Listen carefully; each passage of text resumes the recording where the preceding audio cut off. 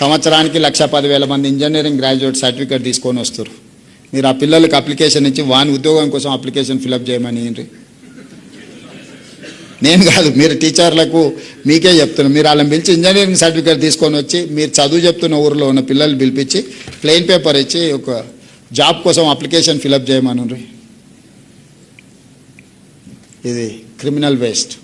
CM గారు మీరు చెప్పిన దాంట్లో తప్పేం లేదు, కాకపోతే మీ తరహా మిమ్మల్ని క్వశ్చన్ చేద్దాం అనుకుంటున్నా. ఇవాళ మీరు సీఎం కమ్ ఎడ్యుకేషన్ మినిస్టర్ కదా, మీరు ఈ నామినేషన్ టైంలో నామినేషన్ ఫామ్ ఫిల్ చేస్తారు రైట్? మా నామినేషన్ ఫామ్ మీరే ఫిల్ చేసిరా?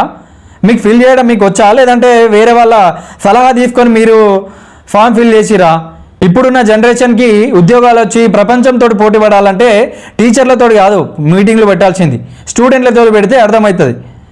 ఇక గ్రాడ్యుయేషన్ స్టూడెంట్లు ఎవరైతే ఉంటారో వీళ్ళు అంటే డిగ్రీ చేసేవాళ్ళు, పీజీ వాళ్ళు, లేదంటే బీటెక్ చేసేవాళ్ళు, వీళ్ళకు థియరీ కంటే ఎక్కువ ఉండాల్సింది ఏంది, ప్రాక్టికల్ ఉండాలి.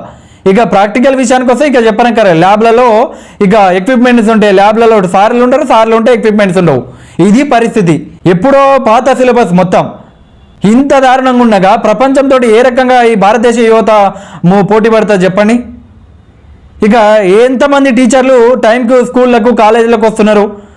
ఈ స్టూడెంట్లకు బయోమెట్రిక్ పెట్టి రైట్ కరెక్టే, అదే మాదిరిగా టీచర్లకు కూడా పెడితే బాగుంటుంది కదా స్కూల్స్లలో, కాలేజీలలో. ఇవాళ మీరు వన్ మోర్ థింగ్, ఇంకోటి ఏంటంటే 2034 వరకు నేనే ఉంటా అంటారు. ఇప్పుడున్న జనరేషన్ ప్రతిదీ కూడా గమనిస్తున్నది. ఏదో మా నాన్నల జనరేషన్, మా తాతల జనరేషన్ అయితే వాళ్ళు ఏంటంటే నోటుకు 500 రూపాయలు తీసుకొని ఎవరికి పడితే వాళ్ళకి ఇచ్చేసారు, కథం, ఓట్లు వేసేసారు, కథం అయిపోయింది. అందుకే మీరు ఇవాళ సీఎం పొజిషన్లో ఉన్నారు. కాకపోతే ఇప్పుడున్న జనరేషన్ ఆ తప్పు చేయదు. నోటుకు 15,000 ఇచ్చినా ఎవ్వరు కూడా ఈ నోటుకు అమ్ముడు పోయి మీలాంటి వాళ్ళని అయితే ఎన్నుకోరు మళ్ళీ.